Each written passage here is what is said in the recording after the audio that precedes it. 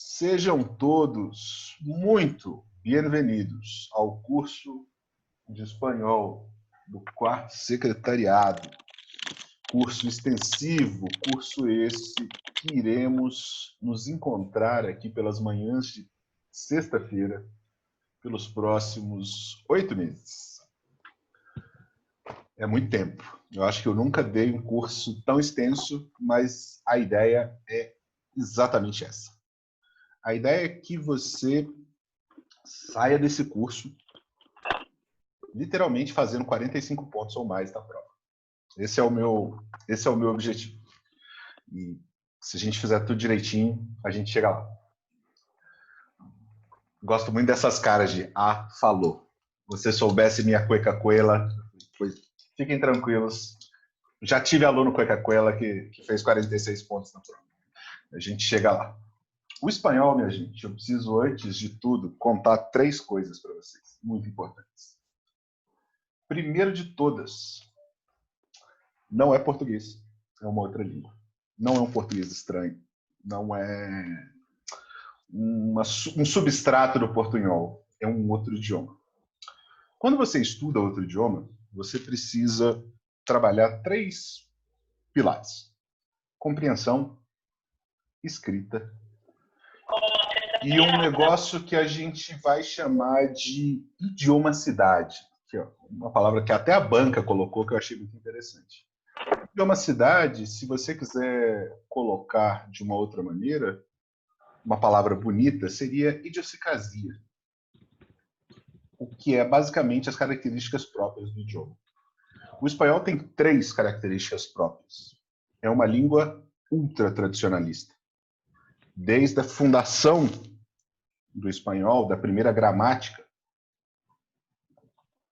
de castelhano, escrita por ninguém menos que o senhor Dom Miguel de Cervantes, aquele que escreveu Dom Quixote, junto com Quevedo e junto com Gomorra, são os 3 maiores escritores do que nós chamamos de geração de ouro da língua espanhola. Nós tivemos 5 atualizações. Vocês imaginam o que são 5 atualizações em mais ou menos 4 séculos de produção cultural. E não só produção cultural na Espanha, mas como em basicamente 1/3 do mundo. Ou seja, eles são muito arraigados. Isso é muito bom e isso é muito ruim. O que é muito bom? Se está na RAI, a banca aceita. Você não precisa nem brigar. Você fala, ó, página tal ali, ó, aqui o link. Eles nem discutem, é recurso aceito. Não tem conversa. É tipo palavra da salvação, glória a vós, Senhor. Esse esquema da RAI. Parte ruim da brincadeira é você tem que aprender da maneira mais quadrada possível. Dito isso, como é que aprende espanhol? Você aprende espanhol também em 3 modos.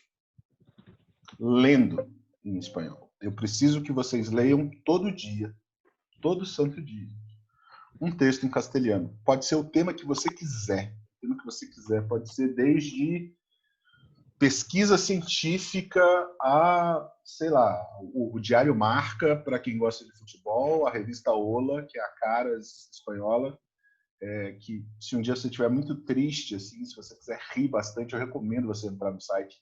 São histórias incríveis, tem reportagens de 5 páginas sobre o cachorro da terceira duquesa de não sei o que. É maravilhoso.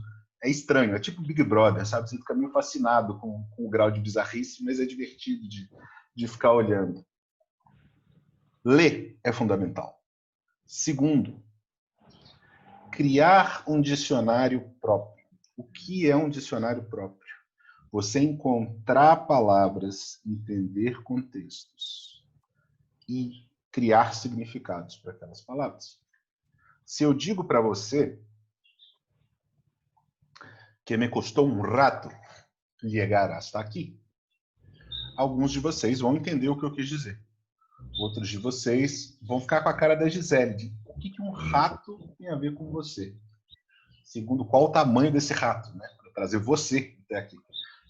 E terceiro, que diabos quer dizer rato? Rato, em bom português, é pouquinho, um pouco. é uma palavra, é um adjetivo de tempo. E o rato, o Mickey Mouse, assim como esse aqui, é um ratão. Essas pequenas coisas a gente só aprende no dia a dia. E eu pegar uma frase, me custou um rato chegar até aqui, ou el equipo económico viene trabajando de ratos para chegar ao final do plano. É uma diferença. Para mim, é um tempo na primeira frase, na segunda eu estou falando de etapas.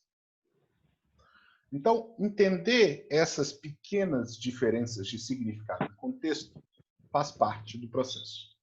E como é que você monta um dicionário seu? Pode ser no Word, pode ser... Eu acho melhor como maneira de organização, até porque você pode botar como ordem alfabética, botar no Excel.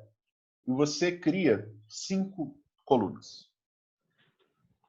A palavra, que não conta como coluna, mas significado. E aonde é que eu vou buscar esse significado? Você vai buscar esse significado na RAI, no dicionário da RAI. Você tem isso, www.rai.com.es. A gramática deles é gratuita, o dicionário deles é gratuito, tá tudo lá. Você digita e ele vai dar lá 2, 3 definições. Muitas graças, Raul. Pois lá. Segunda coluna. Aonde você encontrou esse texto? Onde você encontrou essa palavra? Era um texto econômico, era um texto de política, era um texto de saúde, era um conto. Que tipo de conto era esse? Era um conto do Vargas Llosa, era um conto do Gabo. Vai colocando ele em caixinhas menores. Terceira coluna. O que você pensava que era? Eu pensava que era isso aqui. E a última coluna, e mais importante delas, é a tradução. Nessa tradução, você vai buscar em 2 lugares essa tradução. Primeiro, num site, aplicativo gratuito que chama Reverso. Reverso Contexto. É o melhor que eu conheço, assim. Primeiro porque é gratuito e segundo porque ele não é duro igual o Google. Ele, tudo que você coloca para traduzir, ele apresenta um contexto para você. Segundo, ele é gratuito, ele é levinho, você consegue pegar isso no celular. Thiago, eu procurei a palavra aqui, não achei, onde é que eu procuro esse negócio?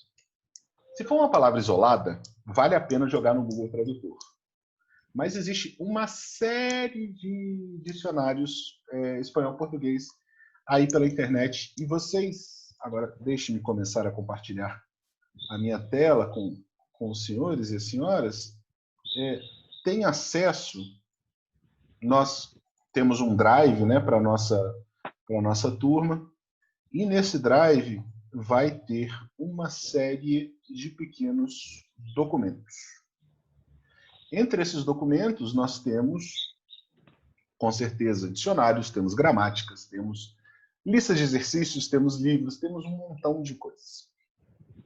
Mais importante do que isso, esse material está todo disponibilizado para vocês. Usem. Voltando aqui para o curso. Então, são aulas toda sexta, 9h30 da manhã, mais ou menos 1h30 de duração, e o curso é dividido em 2 momentos. Sem problema, Camila, sem problema. Um primeiro momento em que nós vamos fazer uma viagem pela gramática. Lembra que eu falei para vocês, são 32 aulas. As nossas 17, 19 primeiras aulas são só sobre gramática. Mas, Thiago, não cai gramática na prova. É texto. Texto é gramática, gramática é texto. E, putz, mas isso eu já estudei, já conheço um pouco de castelhano, já fui a Buenos Aires 2 vezes, já vi Narcos, terminei La Casa de Papel. Legal, incrível. Vale como uma revisão. Escuto Shakira, tá tudo certo, tá tudo bem. Beleza. Depois de cada aula dessa, e agora fazendo uma exploração menor, em cada aula nós vamos tratar de um tema gramatical, algum autor, ou livro, ou autora, ou movimento literário, e alguns exercícios. Esses exercícios, nós temos dois momentos. O primeiro deles são os exercícios que a gente tem em aula, e a gente vai tentar resolver a maior quantidade deles possível. O que não conseguirmos terminar em aula, vocês vão receber o gabarito desses exercícios, e vocês podem fazer eles em casa. E, além disso, vocês têm o que nós vamos chamar de folha de reforço. Todo o tema gramatical tem uma folha de reforço com mais ou menos 10, 12 exercícios sobre cada tema, e exercício tipo daquele do cursinho de idioma que você fez, da escolinha que você fez, tipo The Book is on the Table, o livro está sobre a mesa. É isso mesmo. A ideia é que esses exercícios tenham níveis de dificuldades distintas, mas que vocês realizem eles toda semana. Prometo para vocês que sentar para fazer essa folha não vai demorar mais que meia hora para vocês. É meia hora e isso está pronto, porque espanhol também não pode ser uma grande parte da preparação de vocês. Espanhol é a última prova que vocês têm. Antes disso, vocês têm um mundo de coisa para ver. Beleza. Este é a organização dos nossos temas. Nós vamos falar. Hoje é a aula 0. Basicamente, uma aula de apresentação, mas a gente já vai pegar esses dois primeiros temas, substantivo e artigo. Depois falaremos de adjetivo, depois de verbo, depois de concordância, depois de pronomes demonstrativos, pronomes quantificadores, pronomes possessivos, pronomes. E aí, esta aula é a aula mais importante do curso. Porque pronome, nós temos um probleminha no português. A gente não usa. Muito difícil a gente usar pronome. E o castelhano é baseado em pronomes, fundamentalmente. Depois disso, vamos falar sobre pronome interrogativo, pronome exclamativo, advérbio, formas não pessoais de verbo, sistema indicativo, presente, e todos os pretéritos que costumam ser um probleminha para a gente. Futuro, falaremos do sistema imperativo, perífrase verbal, preposição, conjunções. Para além destes temas, haverão uma série de subdivisões em cada um desses. Porque eu pegar uma aula inteira para falar sobre pronomes, sei lá, advérbios positivos ou negativos, não vale a pena. É um tema que não precisa desse grau de profundidade. Esse papel que vocês estão vendo aqui, ele vem de um livro. E esse livro se chama Papeles. E eu já mostro para vocês. Esse site aqui é o site do Marco Hélio. Marco Hélio é o Ensejo de Língua Espanhola. São as definições da RAI para o ensino de língua espanhola para o resto do mundo. E nós temos dois livros. Nós temos o Papeles, que é esse nível A, e que você pode baixar de graça. Está aqui de graça para vocês.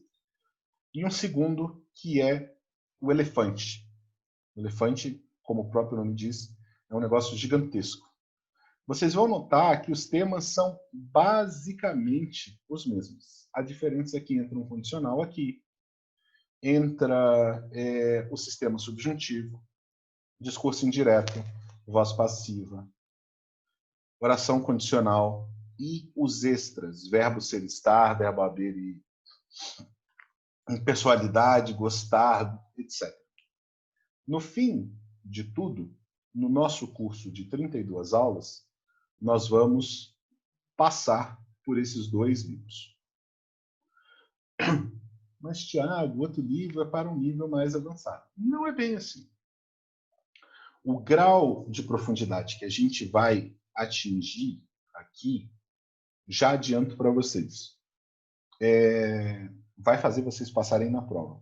O meu compromisso com vocês não é que vocês aprendam castelhano e saiam aí hablando loucamente, viajando quando puder viajar. Nós vamos focar 100% em gramática e escrita. Não vamos falar sobre a parte oral, simplesmente porque não cai na prova. Então, acho que não faz sentido. Mas escrever e ler vai ajudar bastante vocês. Temos aqui o nosso simpático material. A pasta dos materiais é essa, é um panda gramático, lá tem tudo. Prova dos últimos anos, gramática, tudo. Aqui é o endereço para vocês baixarem o livro e acompanharem. Eu sempre recomendo que depois da aula vocês deem uma lidinha. Ah, mas Thiago, ele está em castelhano. Ah, mas dá para entender. Dá para entender. E façam os exercícios que eles propõem. Site para conjugação de verbo, o conjugação.es. Você bota o verbo lá no infinitivo, ele traz para você todas as derivações. Vertal é um site de exercícios, e esse é muito bom, porque você erra e ele te conta por que você errou, te dá a resposta certa. O site onde a verdade vive, Hi. Narrativas Breves é um site de contos de escritores latino-americanos. Se der para vocês lerem um conto por semana, seria interessante. Tem contos muito grandes, não vale a pena. Mas tem contos pequenos, principalmente de um homem chamado Julio Cortázar. São contos literalmente de 20 linhas, no máximo 30 linhas. Vale a pena sempre dar uma lidinha nele. Vou mandar para vocês. Se for o nosso, eu vou criar hoje ainda, tá, gente? Não, esse aqui é um outro. Esse aqui é um outro. Justo. E, para além disso, nós temos Foros de Dúvidas, que é o Cervantes, é muito bom. O Todo Claro, que é muito bom para você praticar. Um outro que chama Lingólia, que também é bom, com pequenas revisões. E tem o Fórum Unido de Dúvidas em Espanhol, que chama-se fundeu.com.es. E é muito bom mesmo.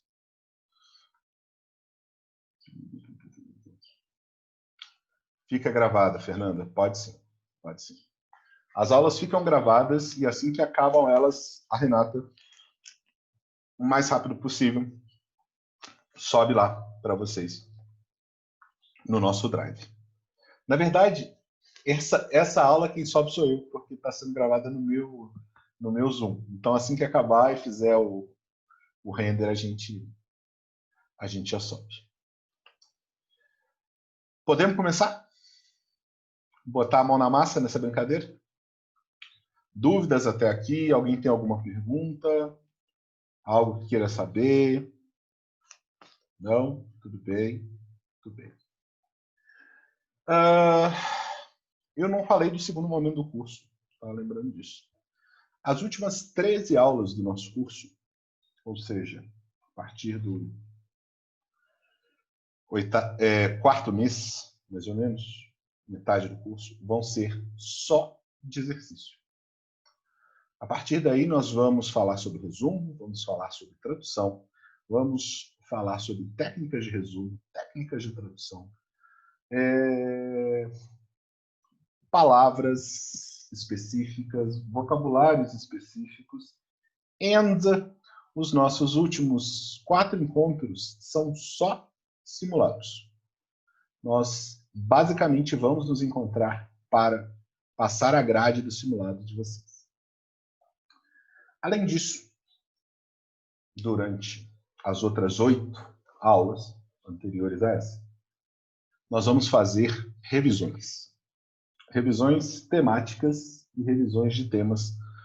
Revisões temáticas de temas, não é mesmo?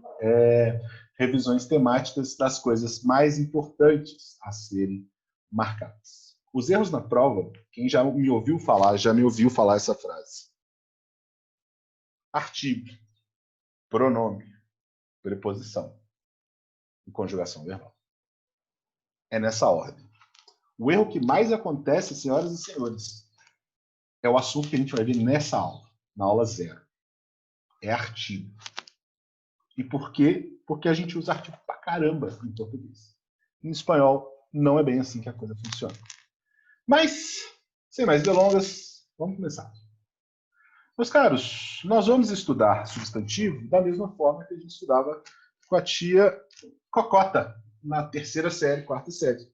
A gente vai estudar gênero e número, masculino, feminino, singular e plural. É muito parecido com o português. Quer dizer que é igual? Não, tem outras coisas. Um substantivo masculino geralmente termina em O, como o caso de dinheiro, coche, libro, teléfono ou despacho. Despacho é um sinônimo de oficina. Oficina, que em português é o lugar onde você leva o seu carro para ser arrumado. No espanhol quer dizer escritório. Despacho e oficina é escritório em espanhol. E aí você vai... Tudo bem, Vitória? Viu essa cara, o olho fechando, o pescoço virando, é fundamental para ver como é que o negócio vai. Despacho e oficina são as palavras em espanhol que nós usamos para escritório. Além de escritório, despacho serve para, por exemplo, nas faculdades, a sala dos professores, aquilo é um despacho. Então, o despacho de la gerência de la empresa. São salas específicas.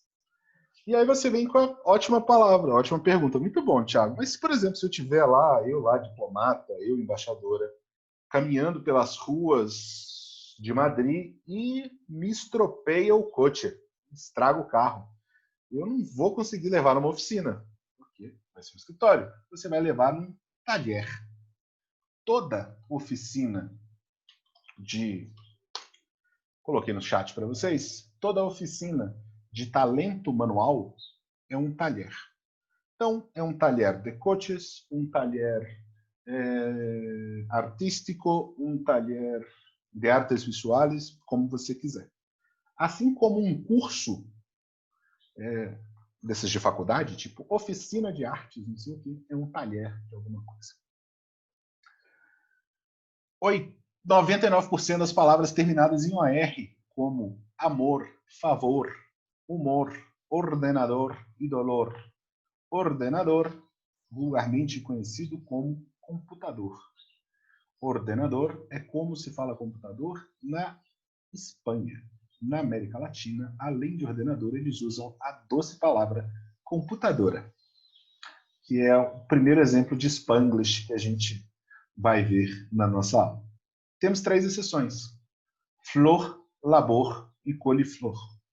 Flor, trabalho e couve-flor. Todas, absolutamente todas as palavras terminadas em arre. Viaje, massarre, paisarre, corar. Notem que isso é uma alteração quase completa do gênero no português. No português é a massagem, a paisagem, a coragem, a bagagem, tudo é feminino. No espanhol é masculino. Bagagem, em castelhano, é equipar. Ok? Terminados em MA, panorama, problema, clima e idioma, com 2 exceções: crema e iema. Crema é aquilo que você passa no seu rosto todos os dias, um creme, ou deveria, pelo menos. Ou então, iema é a parte amarilla del huevo, a gema. Palavras terminadas em an, seja ele átono ou tônico, com acento ou sem, e com on. Pan, plan, azafrán, imã, balão e coração. Plan são 2 coisas. Plan é um plano, tipo cebolinha, e plan é um mapa. Existe também a palavra mapa em castelhano, mas a gente costuma usar plan. Isso são os masculinos. Femininos, tudo que termina com A, com uma exceção muito importante. Dia. Dia é masculino e dia leva acento, diferente do português. Mapa, planeta, yoga. La plaza, la mesa. Todas, absolutamente todas as palavras terminadas em dad, tad, tud e umbre, como, por exemplo, la solidariedad, la felicidad, la libertad, não é liberdade, é libertad com T. Lembrem da Copa Libertadores, tá? Libertad, la facultad, la juventud, la virtud. Não se fala o D. Ele termina na ponta da boca. Legumbre, costumbre, costumbre, costume, feminino, em castelhano. Tudo terminado em es, como vejez e niñez, velhice e infância, com exceção de pez e ruez. Pez, um sinônimo para pescado, peixe. Ruez, juiz. Tudo que termina com sion, seja com C, com Z, com S ou com X, é feminino, falando de substantivo. Vocación, concentración, ocasión e desilusão. Beleza. Como é que eu faço para levar do masculino para o feminino? Terminou em OE, eu boto o A. Ninho, ninha, refe, refe. Terminou em OR, ON e AN, eu boto ora, ona e ana. Assim como no português. Diretor, diretora, leão, leona, catalã, catalana. Notem que algumas palavras perdem os acentos quando vão para o feminino. Alguns de sufixo distinto. Caso de príncipe, sacerdote, herói e ator. Exatamente iguais do português. Princesa, sacerdotisa, heroína e atriz. Os que nós chamamos de unissex são aqueles que a gente funciona tanto para homem e para mulher, só muda o artigo. Ela lá pianista, ela lá periodista, ela lá mártir, homicida e testigo. Testigo é testemunha. E outros que são mudanças absolutas, como pai, mãe, etc. Gente, eu gostaria de chamar a atenção para vocês para este ponto, mas antes disso, eu juro para vocês que a grande maioria das coisas que vocês vão ver aqui, principalmente os exemplos, são tirados de livros. Os espanhóis, eles têm umas características muito peculiares. As frases são muito pesadas. Assim, tipo, você vai estudar verbos de mudança, e aí você vai lá, la persona se quedó huérfana. Fala, tipo, umas coisas muito bizarras. Então, não se assustem, é da parte. Algumas pessoas acham meio estranho, mas é do idioma. Essas listas, vocês precisam ter ciência que elas existem. Vocês precisam se acostumar com elas. São palavras que, no português, têm um gênero e no espanhol tem outro. De todas essas aqui, quero chamar a atenção para 5. Árvore, que é masculino, é árvore. Dor, que é masculino. Leite, que é feminino, la leche. E nariz, que também é feminino. Nariz, mejilha, ojos, frente, boca, dientes, língua e mentón. E orejas. São a parte do corpo. E também tem uma boa também, sangue. Sangue é feminino. Além de tudo, nós temos homônimos de gêneros diferentes. Por exemplo, clave.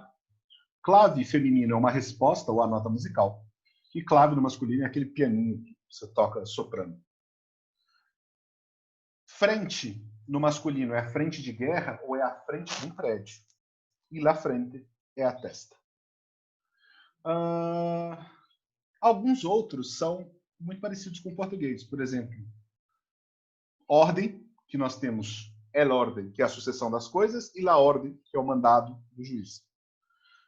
Pendiente. Pendiente é brinco ou pendente, desses de cordão, Ou no feminino, vulga ladeira.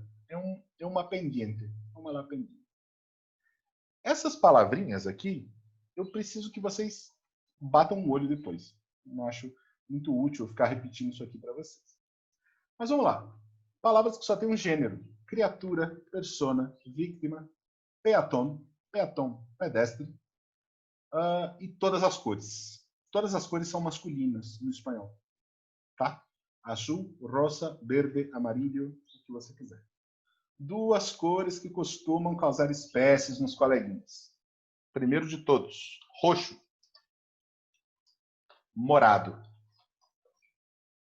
e cinza, que é gris.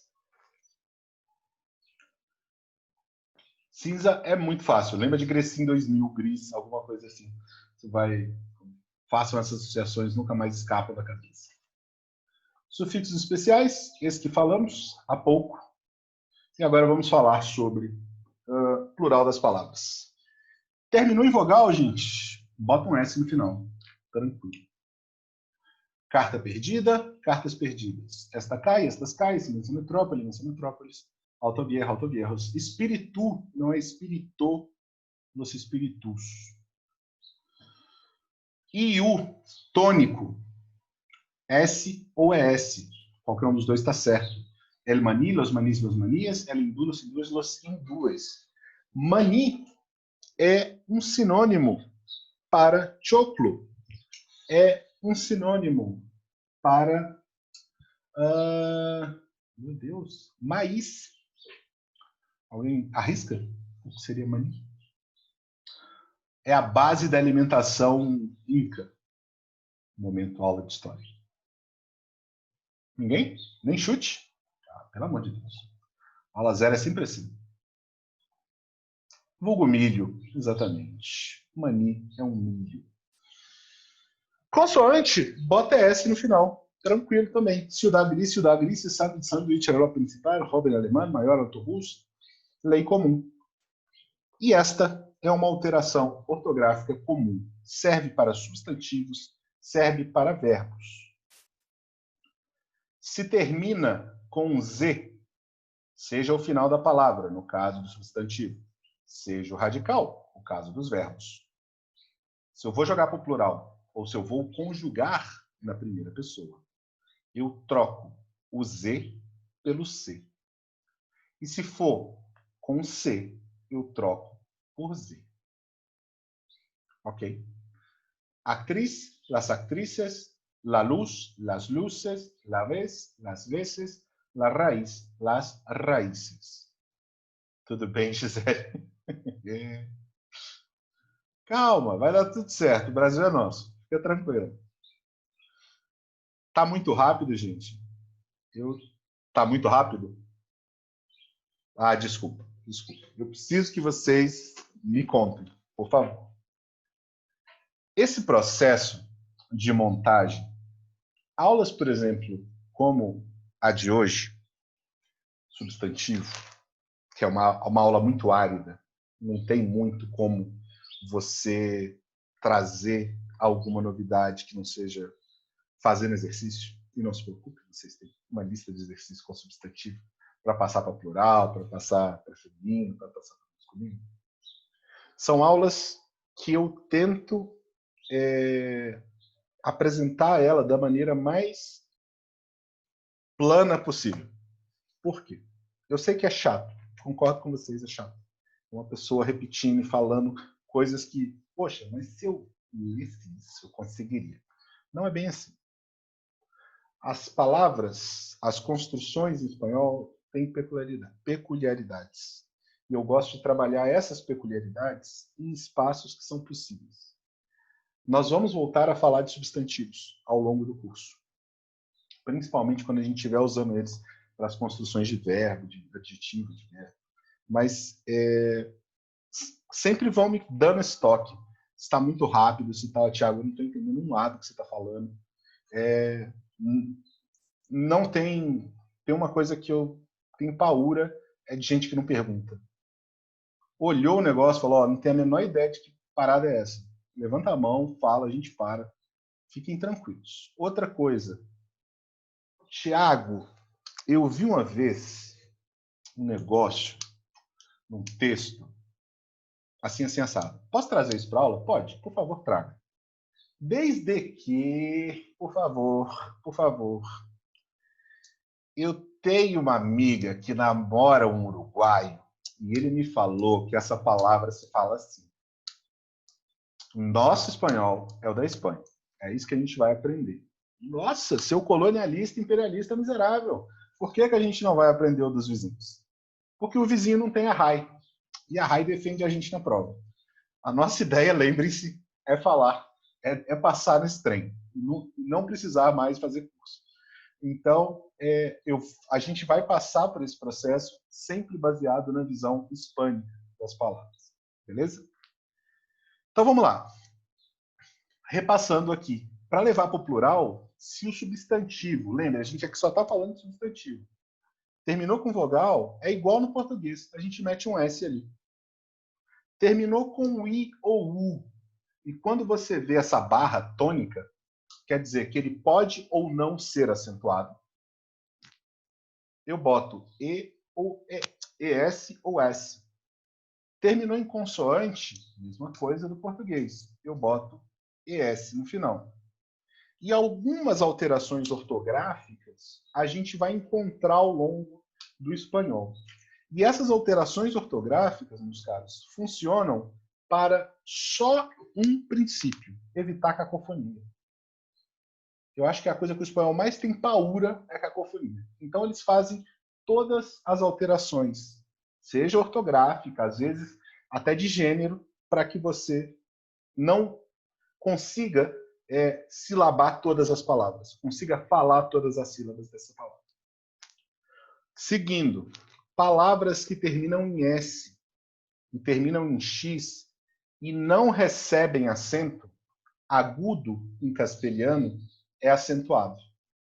O espanhol é uma língua muito evoluída, ela só tem um acento, que é exatamente o acento agudo, que no castelhano chama tilde.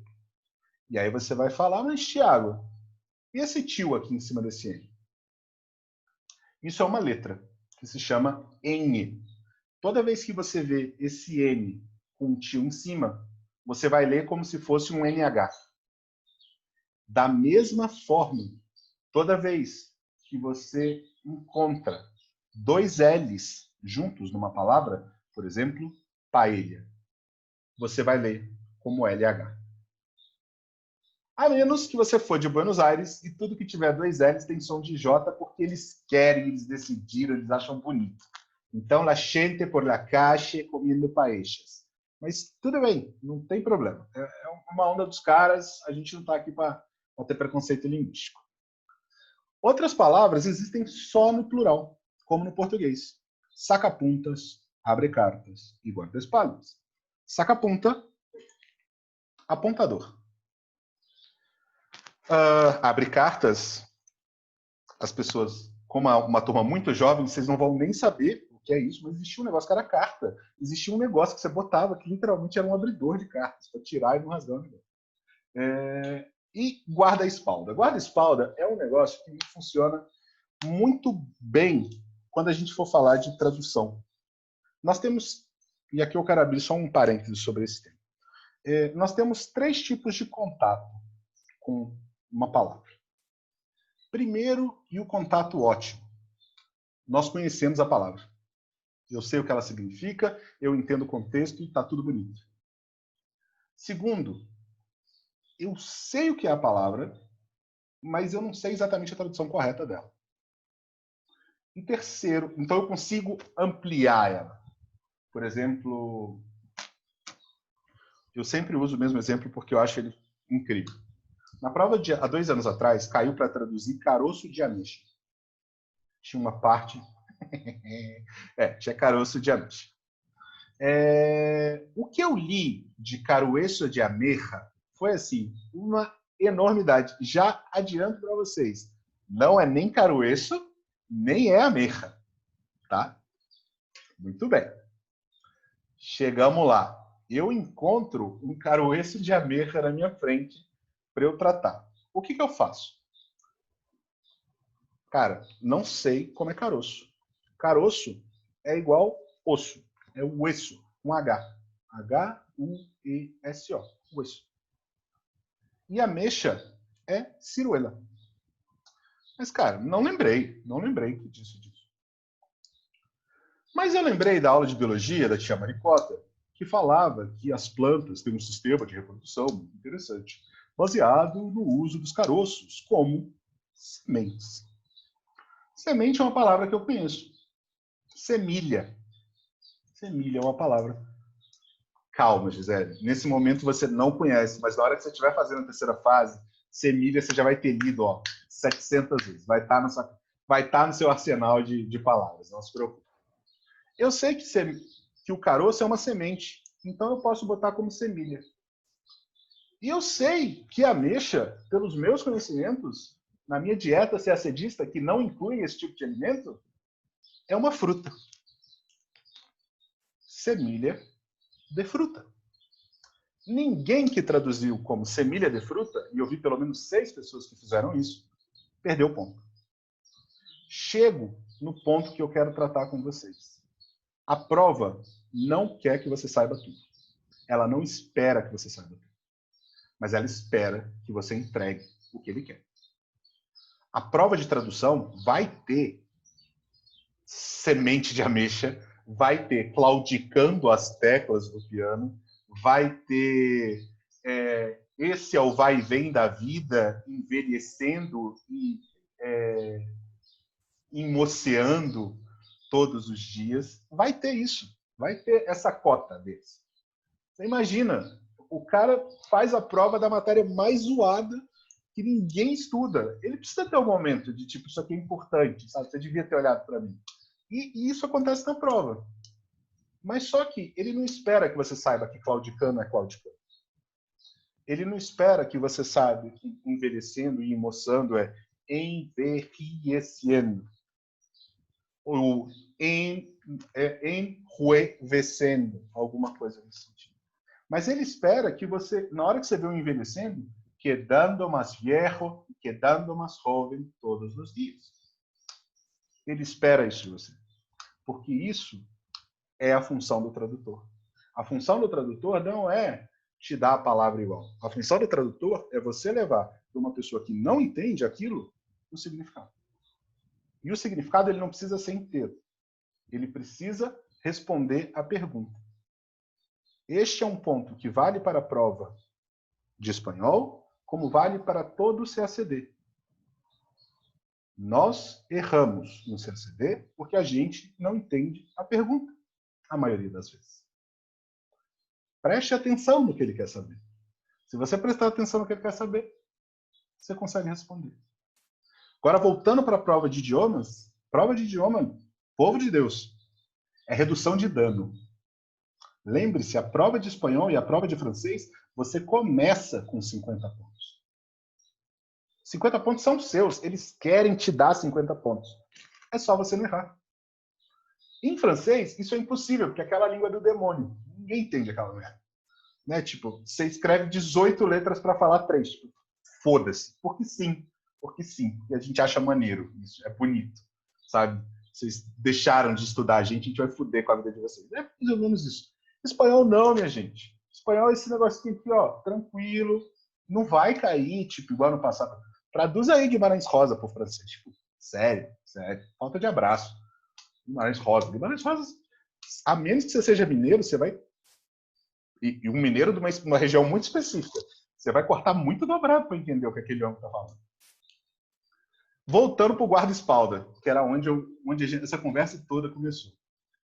Vamos comigo aqui, gente bonita, elegante e sincera. Notem a beleza da minha caligrafia. Guarda-espalda.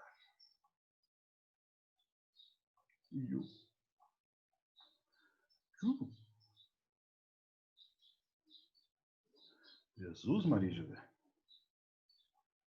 Guarda-espalda. Gente, uma das palavras, um dos métodos para você entender como é a palavra, o que é a palavra, chama-se método Jacques Stripador. Você vai cortando ela parte a parte. Se ela tem um prefixo, corta o prefixo. Deixa radical, corta o sufixo.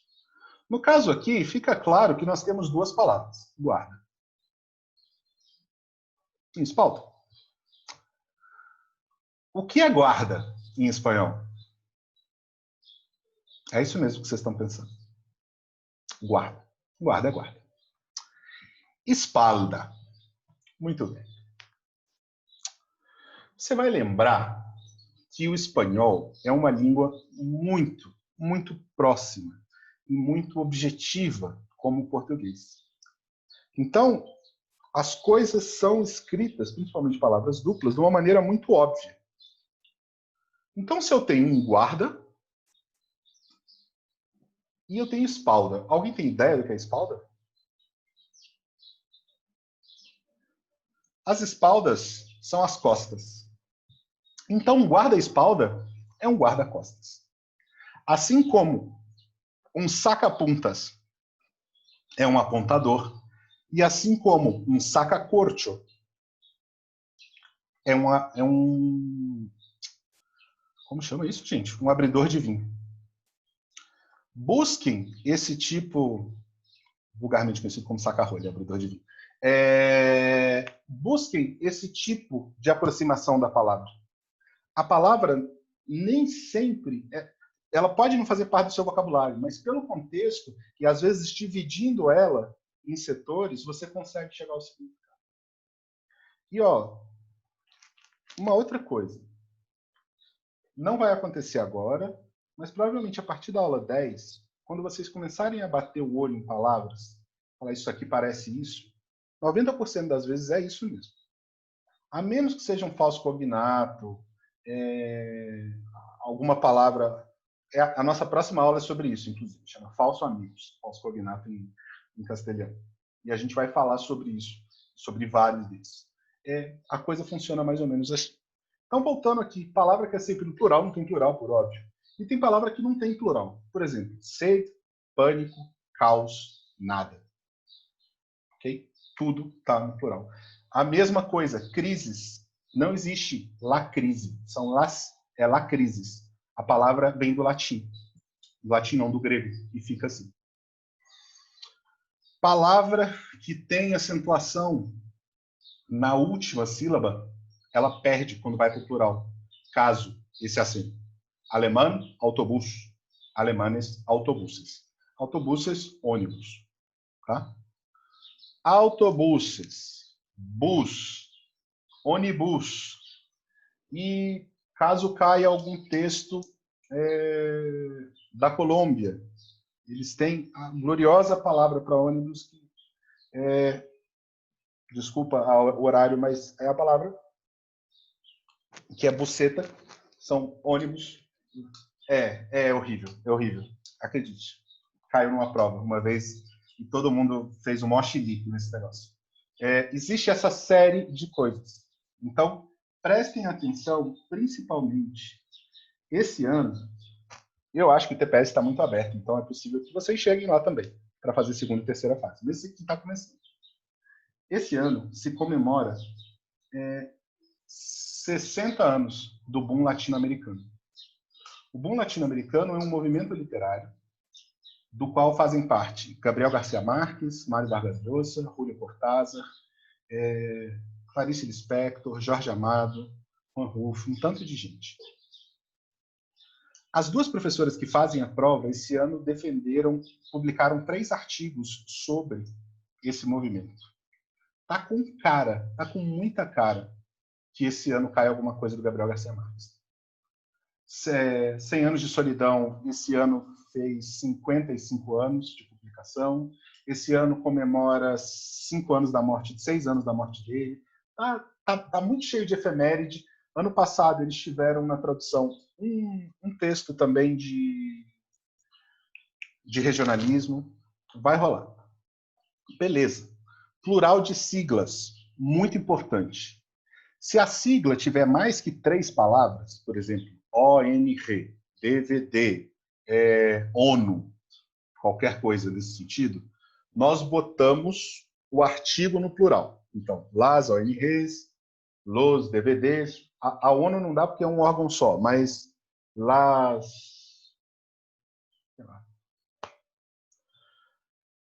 me sumiu uma sigla agora com três palavras, mas a ideia é essa. Só que, se nós temos plural de palavras que se repetem, por exemplo, Estados Unidos, a formação da sigla não é E-U-A, como é no português. É E-E-U-U. Forças Armadas, F-F-A-A. É igual, F-F-A-A é uma herança dos americanos, inclusive, que a gente tem. Faz sentido. Eu sei que parece meio absurdo. Pensa comigo aqui. Reis católicos, RRCC. Quantos reis são? 1 ou 2? 2, correto? É o rei e a rainha. Então, eu duplico a palavra. Os 2 são católicos, não é? Eu duplico a palavra. Nossa, Thiago, mas esse fundamento é muito tosco. Sim, é muito tosco e eles usam isso até hoje. RRCC, EEUU, FFA. São as 3 siglas de repetição que vocês mais vão ver. Um outro e mais importante, palavras que mudam sílaba tônica, igual no português. Régimen, regímenes. Carácter, los caracteres. El espécimen, los espécimenes. Plural de qualquer é qualesquiera. Lembra da escola que vocês aprendiam qualquer e quaisquer? É isso. Eles estão lá ainda, em 73. Palavra composta, assim como adjetivo composto, seguem essas mesmas 3 regras. Se está tudo junto, misturado, as 2 palavras, por exemplo, sordomodo, eletromagnética, telenovela, eu só boto um S no final.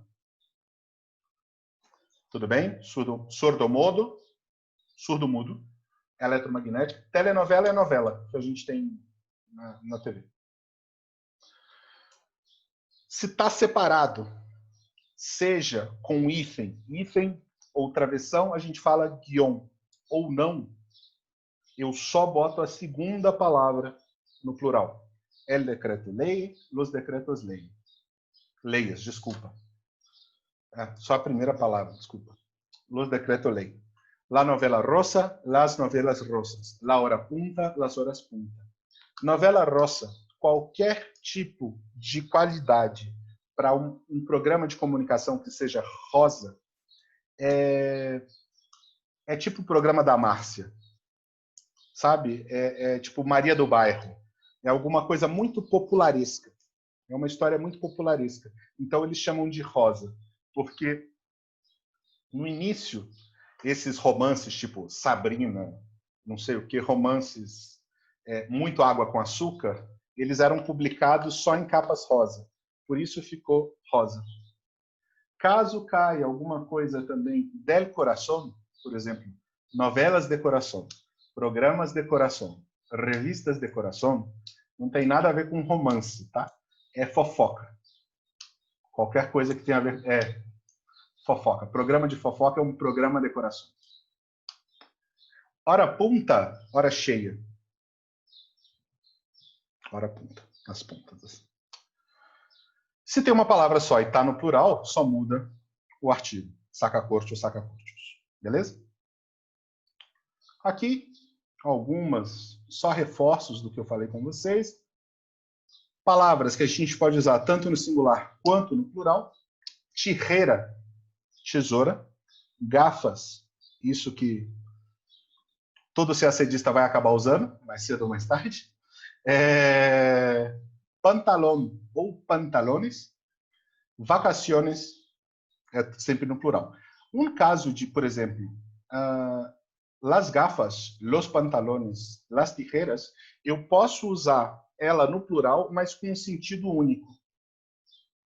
Ok? Tipo, perdi meus óculos. É um óculos só, você não perdeu 3 óculos. Me perdieron las gafas. Ou me comprei pantalones. Não necessariamente são 2, pode ser 1. Essa é outra ideia muito interessante. Por que é pantalones? Porque são 2 pernas. Uma perna só é um pantalão. Um pantalão era como eles chamavam as saias grandes. Aquilo era um pantalão. Por isso, inclusive, até hoje, momento cultura inútil, existem saias pantalonas, né? São saias muito grandes. Vem disso aí. As diferenças entre significados no singular e no plural. El bien é a felicidade, a utilidade, a perfeição. Los bienes é o que nós vamos comprar quando a gente passar no CACD. La esposa é a mulher, ou como diria uma pessoa, a cônjuge da pessoa. Existe, mostrando que o espanhol é uma língua muito evoluída e nada machista, las esposas são as algemas. Tá? Ou mulheres casadas, são las esposas. Mas normalmente é usado para algema. El honor, a honra, a dignidade. Los honores, os prêmios, as distinções, as homenagens. Existe outras palavras para prêmios. Existe prêmio também. A diferença é que a gente não usa o acento circunflexo, o acento agudo. Distinção, homenagem, galardão, prêmio, é tudo a mesma coisa. Galardão, G-A-L-L-A-R-D-O-N, com acento agudo no O. São prêmios. Aquele que eu falava, dos eviraces, feliz, felices, luz, luces, vezes, vezes, raízes, fós, fósseis. Vale? Plural de quem existe é quienes. Nos dirigimos a quienes estén interessados em ahorrar mais. A quem, naqueles do sentido de a aqueles que estejam interessados em economizar. Ahorrar, economizar. Ahorro, economia, desconto. Simples tem singular. É um simple exemplo. Busquemos soluções simples. Ano passado foi a última palavra da prova. Depois, se vocês tiverem a curiosidade, busquem os espelhos. Eu recebi 38 espelhos ano passado. Os que não erraram simples foram os que passaram. Curiosamente. Foram 10 pessoas. Então, isso aqui cai todo ano, tá? Ano sim, ano também, isso aqui cai. Seja para você botar no resumo, seja para você fazer uma tradução. E la gente é o mesmo significado de ou as pessoas, ou então nós. E eu sempre conjugo la gente com o verbo no singular.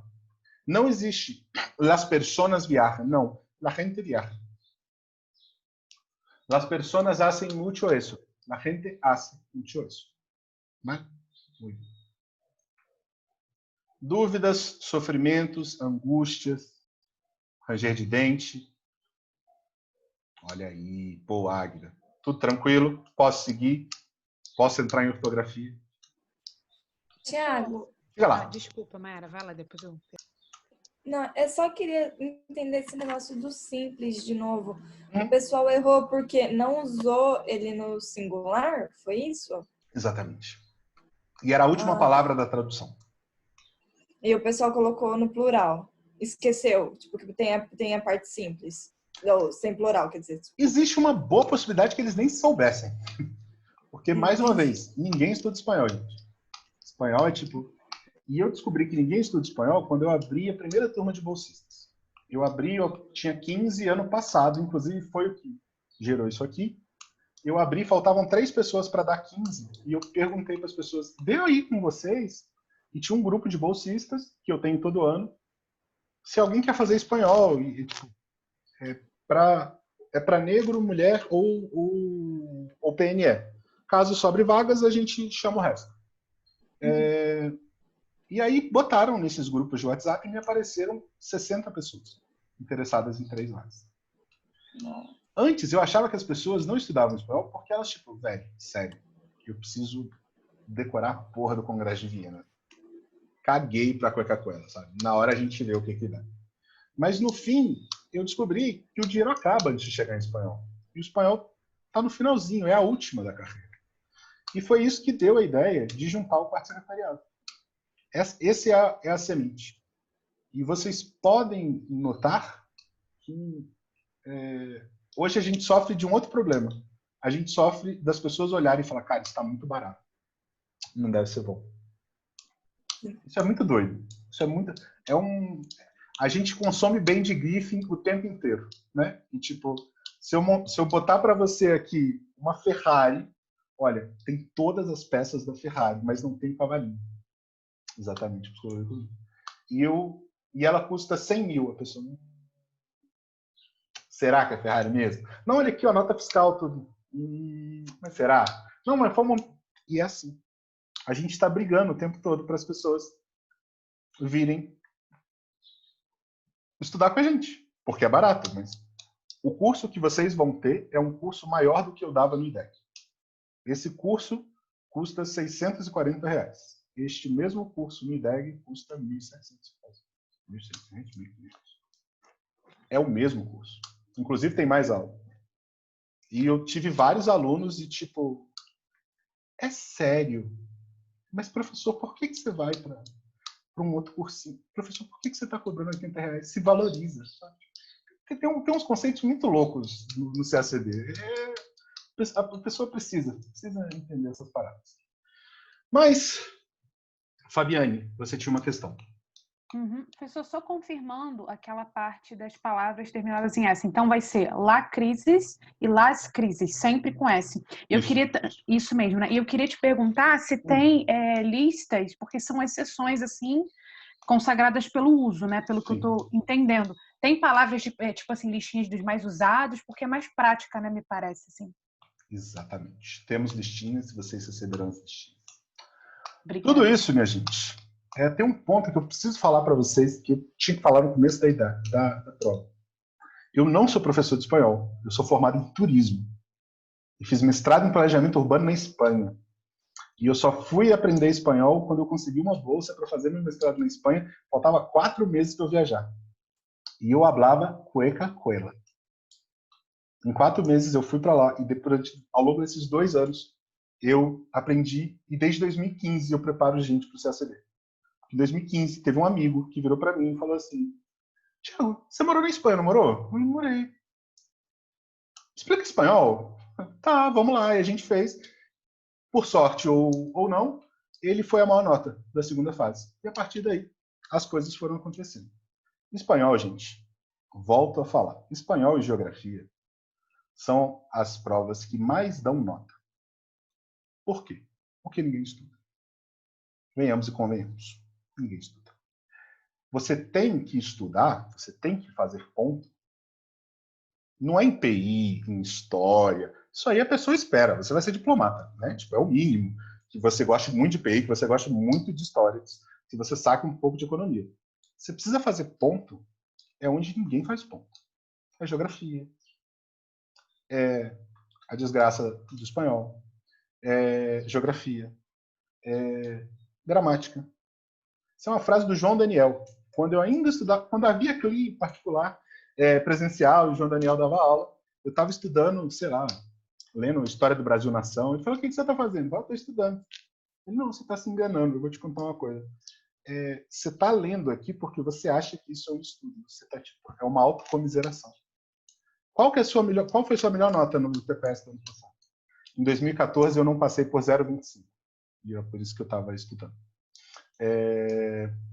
Eu falei, foi história. Ele falou: qual foi a sua nota mais baixa? Português. Por que você está estudando história? Tem que estudar português. O João é bom em esculhambar a gente. Mas, voltando aqui.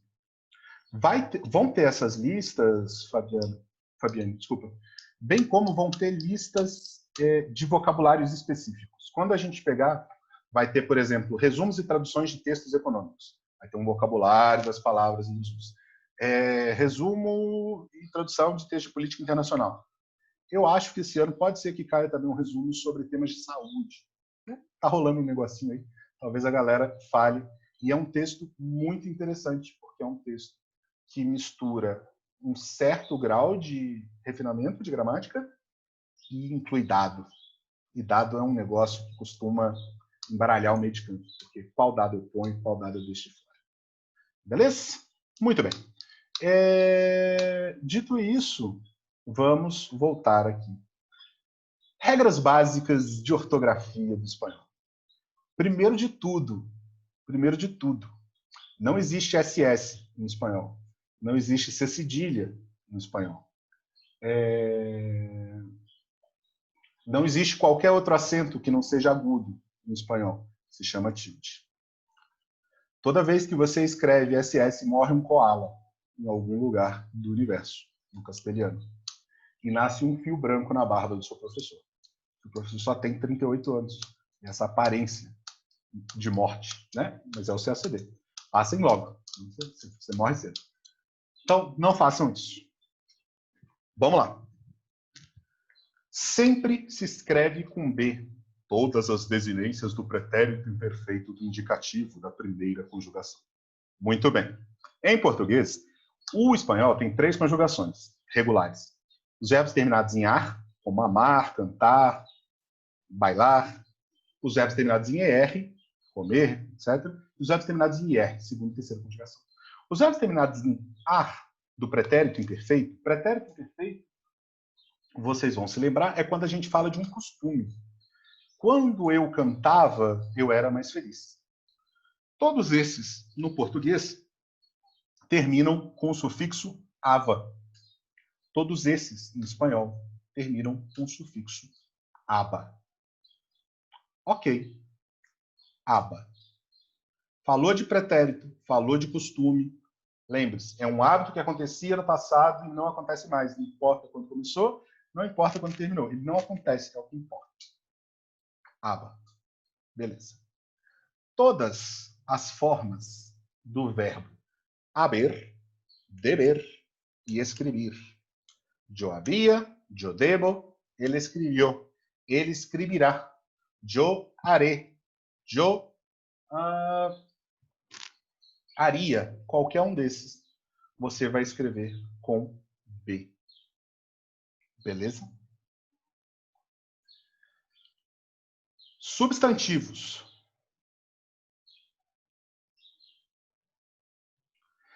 Tem, mas são só se o verbo for irregular, Raul. Por exemplo, saber, sumir, supir, supiba. Por exemplo, saber é supia, é com P, por exemplo, não é com B. O saber é um verbo muito irregular. Saber, caber, ter, é uma regra que a gente vai ver, quando a gente falar de pretérito, principalmente, é a regra do YouTube. Vocês vão se lembrar disso para todo sempre. Quando você conjuga um verbo irregular no pretérito, imperfeito, inclusive, você altera o radical.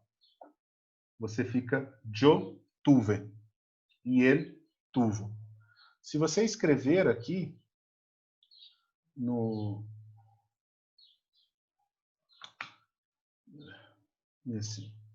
nessa página branca aqui, yo tuve, ô diabo. Meu Deus. Meu Deus. Porque eu não sou o Luigi que sabe usar essas merdas. Que pariu. Foda-se. Eu tuve. Eu tive.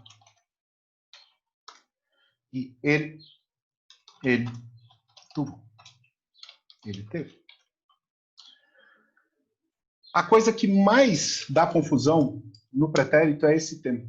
Porque quando eu falo no português, eu digo eu tive e ele teve. A única alteração que a gente tem é na primeira vogal, não é na última. Tive e teve. Aqui a gente altera o final. Eu tuve, ele tuvo. Se você lembrar que todo V vira B e todo B vira V, eu posso dizer que essa é a regra do YouTube. YouTube. Você nunca mais erra isso. Prometo para vocês. Guardem isso na cabeça. E esse tempo verbal cai todo ano. Todo ano. Beleza? Vamos voltar lá, porque eu estou me estendendo demais e vocês vão achar que as minhas aulas são assim, muito longas e não são. Substantivo que tem uma consoante logo na sequência se escreve com B. Palavra, blanco, livro, objeto. A grande maioria deles são as mesmas escritas que nós temos no português. As diferenças é que nós trocamos o B por V, o V por B. Todos os adjetivos que terminam em ável em português viram hable em espanhol. Amable, confiable, rentable. Palavras que se escrevem com as sílabas si e se sempre são com C. Cero, cien, raízes, decenas. Isso é zero, tá? Zero. Se escreve com Z e vem depois A, O ou U, sempre com zeta. Cazuela, laço, ceniza, zapato. Cazuela é panela, laço, ceniza, cinza, zapato, sapato. Palavras que terminam, que começam, desculpa, com o ditongo ié, ué, iá, ui, se escreve com H. Hierro, uelha, hiato e uida.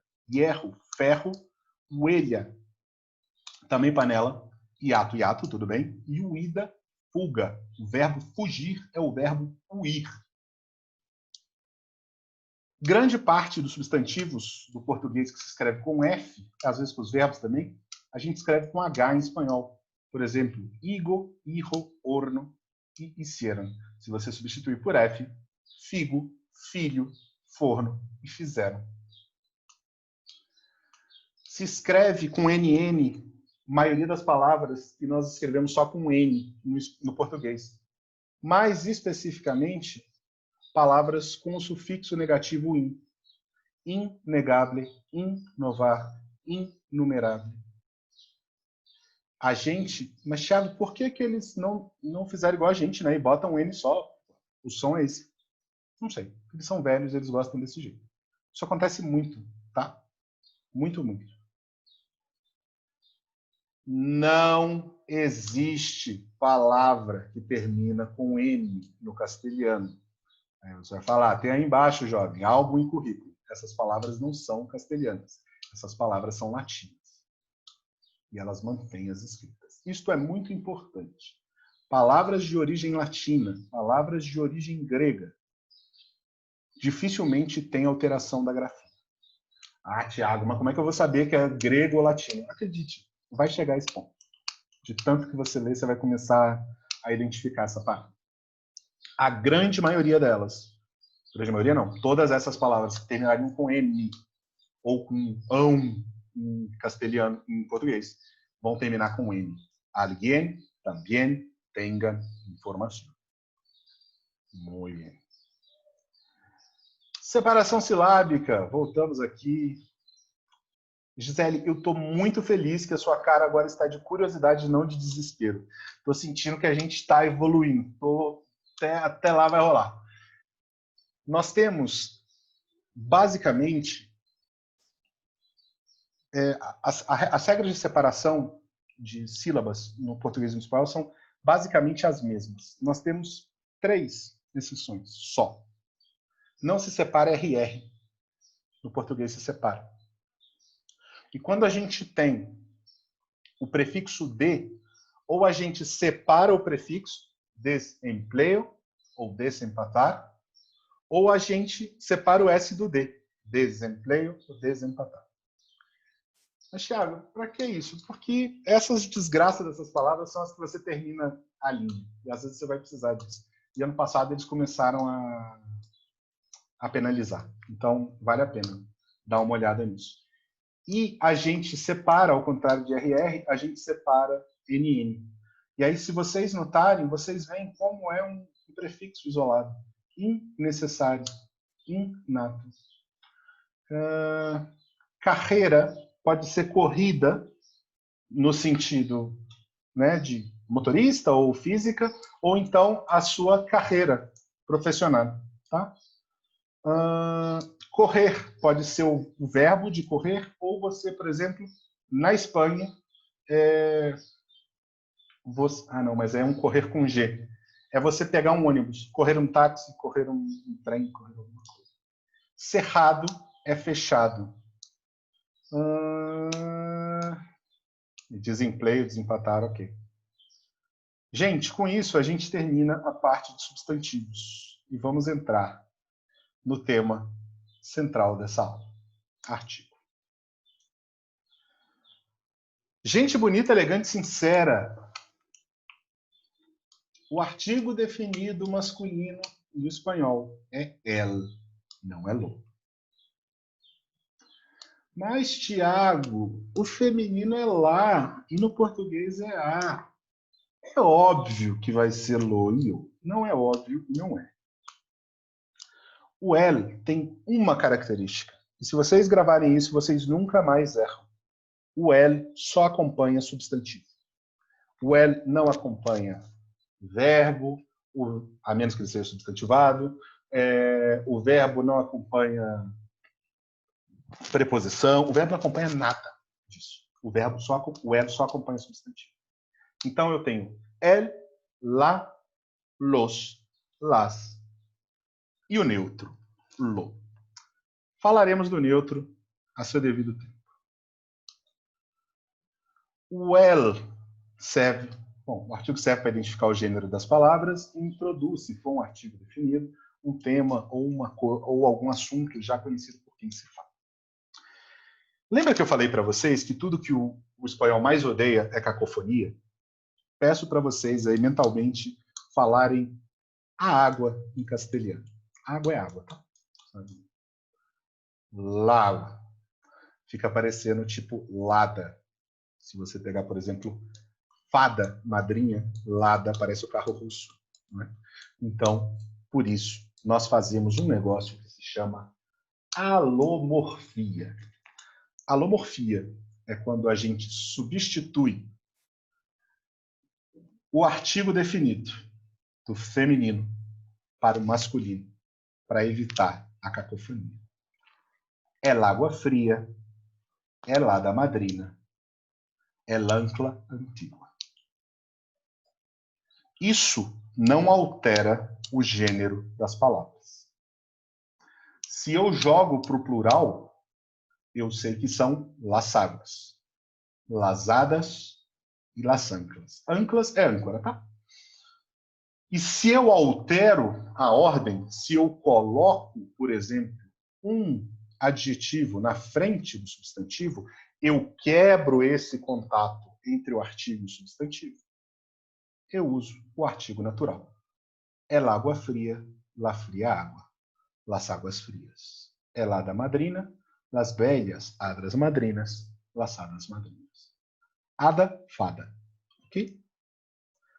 Isso aqui acontece quando eu tenho um A tônico, como é o caso de água, ou um H atônico, caso de hada, caso de ancla. Mas, Thiago, você não falou que tônico é acentuado? Tônico, nesse sentido, é a sílaba mais forte. Por exemplo, então, se eu tiver... Deixa eu ver aqui. Lá anterior, por exemplo. A sílaba forte é T. Então, eu não preciso usar ela anterior. Se for. 8 mulheres han ganhado el galardón este año. La anterior vencedora foi não sei o que, não sei o que. Vale? Muito bem. Dias da semana. Nós só usamos um artigo determinado na frente do dia da semana se for o dia da semana próximo. Por exemplo, tenemos clases el viernes. O próximo. A próxima sexta. Nós temos aula. Se eu uso ou se eu quero remeter a um passado, eu trago a preposição a e junto com o el, que vira o al. No lo cambiamos al sábado. É sempre passado. Se eu uso o artigo sozinho, é sempre futuro. Se eu uso com a preposição, é sempre passado. E eu uso também, por exemplo, o artigo no plural quando eu quero dizer que é um hábito, quando eu quero mostrar que aquilo se reincide. Los viernes tenemos clases de espanhol. Toda santa sexta-feira. Nós só usamos pronome, artigo, diante de pronome de tratamento. Por exemplo, senhor, senhora, dueña, meritíssimo, excelentíssimo, etc, etc, etc. Se nós não estivermos falando com a pessoa diretamente. Por exemplo, quem é a senhora Pérez? Sou eu. Como está, senhora Pérez? Né? Não é igual ao jogador de futebol que fala da pessoa em terceira pessoa. Tá? O Neymar está muito bem. O Neymar vai fazer alguma coisa, diz o próprio Neymar. Sobre porcentagens. Isso é muito importante. Se eu tenho um número consolidado, se eu tenho um dado fechado, eu uso artigo definido antes do número. El candidato tiene el 79,8% de los votos. Se eu tenho uma estimativa, uma ideia, eu uso um artigo indefinido. El sondeo apunta que el candidato tiene un 80% de los votos. Isso aqui a banca cobra e a banca penaliza. Diferente do português, nós não usamos artigo diante de nome próprio. Ou seja, e qual o uso mais frequente? Nome de país. A gente não usa. No português a gente usa pra caramba. No espanhol a gente não usa. É errado. Então não existe el Chile, la América del Sur, el Brasil, la Argentina, la Alemanha, la Espanha. Não existe. A menos que exista uma especificação. Por exemplo, la Argentina de la época colonial, la Venezuela de Chávez, el Brasil de Bolsonaro, la Espanha del rei Felipe. Eu sei, o exemplo não é bom, mas está acontecendo. La Alemanha de Merkel, alguma coisa assim. Ou se o nome já vem com artigo. Por exemplo, La Rioja, La Habana, capital de Cuba, El Salvador, La Haya, entre tantos outros. Nomes de acidentes geográficos, mares, oceanos, rios, cadeias de montanha, grupo de ilha, pontos cardeais. Todos nós usamos artigo definido e todos são masculinos. Los Andes, El Kilimanjaro, El Pacífico, e também antes de apelidos, tá? Apodo é apelido. Por exemplo, El Gordo ou El Loco, não sei o quê. E apelido, com 2 L's, é sobrenome em castelhano. Então, su nombre e su apelido, no caso, Thiago Miranda, etc.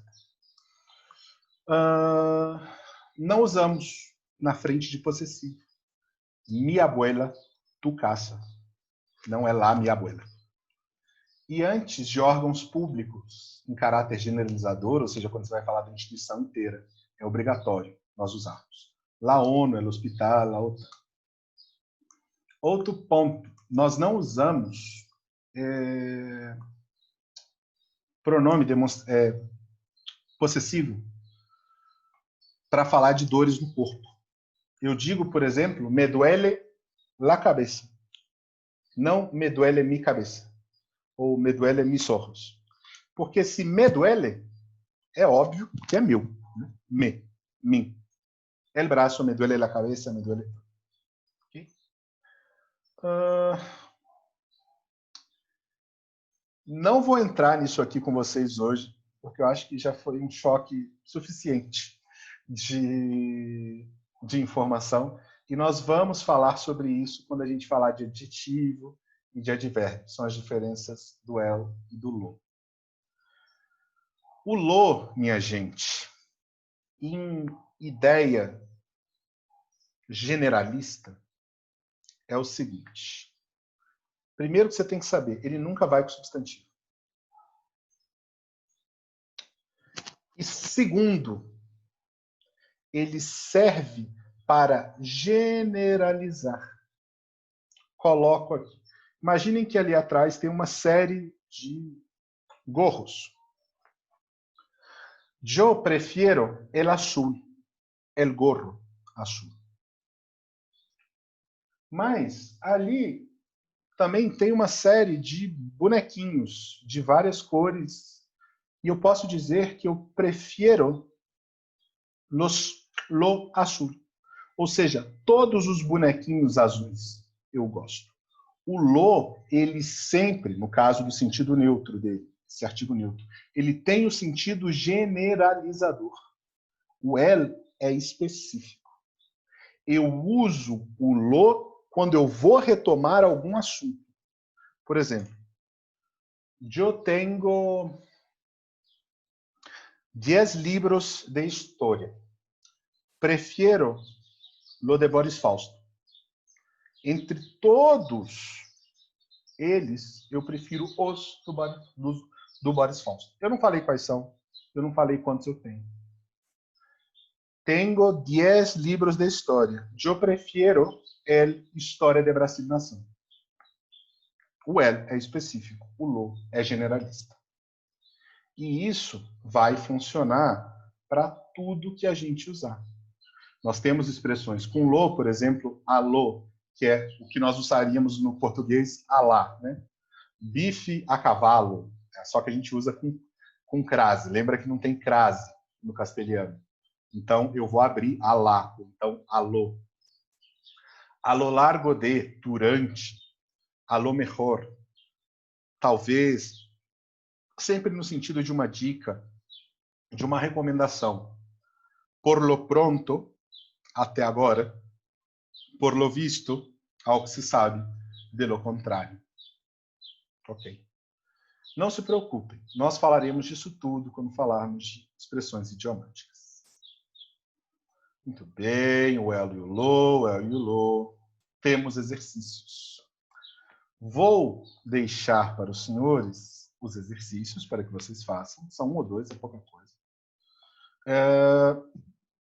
E vamos dar sequência para terminar o assunto contrações e já falar um pouco de literatura. No castelhano, nós temos 2 contrações de prefixo e artigo. O a mais o el, que vira al, que é o nosso ao, e o de mais o el, que é o del, que seria o do.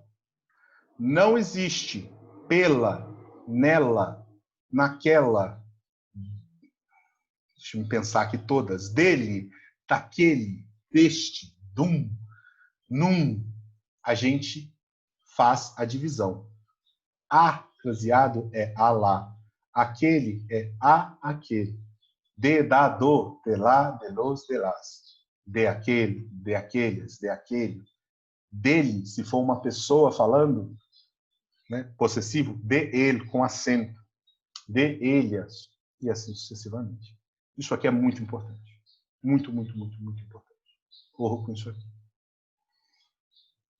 E o lo nunca, nunca participa de contração. Então, vocês notam que quem participa de contração é um artigo definido. E qual que é a única regra do artigo definido? Ele acompanha substantivos. Corro nisso. Muito bem. Aqui, erros mais comuns que nós temos. Vino del Chile, não. Vino de Chile. En el Rio, não. Em Rio.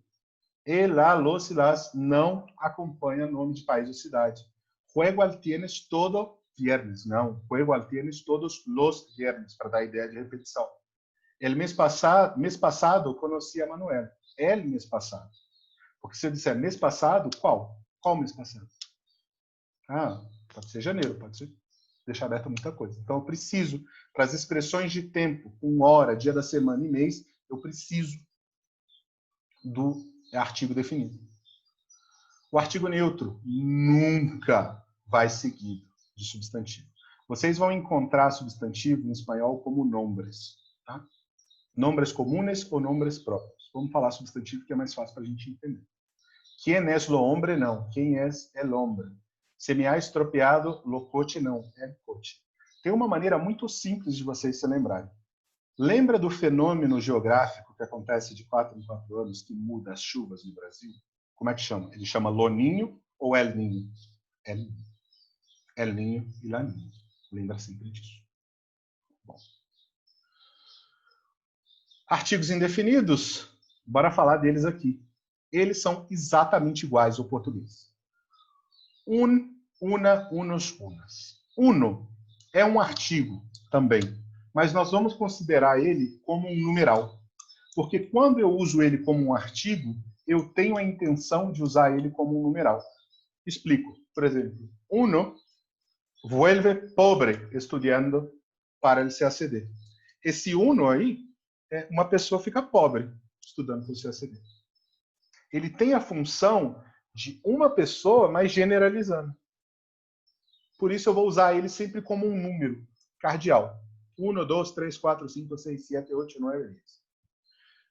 Uno, una, unos, unas. Sempre elementos concretos que são introduzidos pelo discurso pela primeira vez. Pepe siempre ha querido una casa tranquila. ¿Se ha comprado una? Sí, la de la Avenida de Córdoba. Porcentagens aproximados. 20% da população está de acordo com as medidas do governo. Bom. Gisele, tudo bem? Vejo rugas. Diante de outro, outra, outros e outras, não se usa. Nós dizemos aqui, quer um outro café, né? Queres outro café? No, graças, tiene outra coisa. Diante de possessivo, só se ele vier posposto de um substantivo. Ou seja, só se tiver um substantivo entre o artigo e o pronome possessivo. Um vecino mio, una mi casa, não, una casa minha. Diante de números cardeais, não se usa, a menos que seja uma aproximação. Tengo 15 alunas em minha classe. Pues em minha classe habrá umas 20, pero no las he contado. Deve ter umas 20.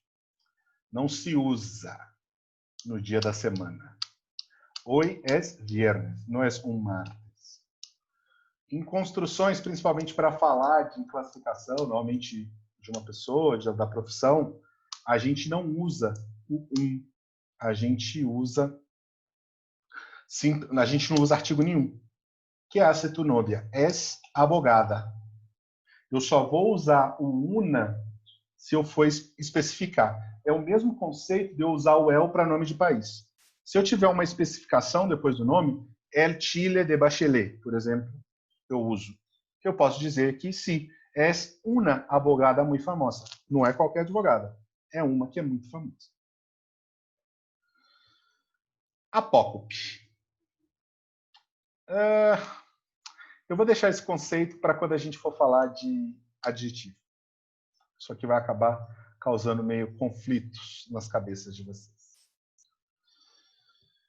Gente, essa pequena hora e meia foi a nossa aula 1.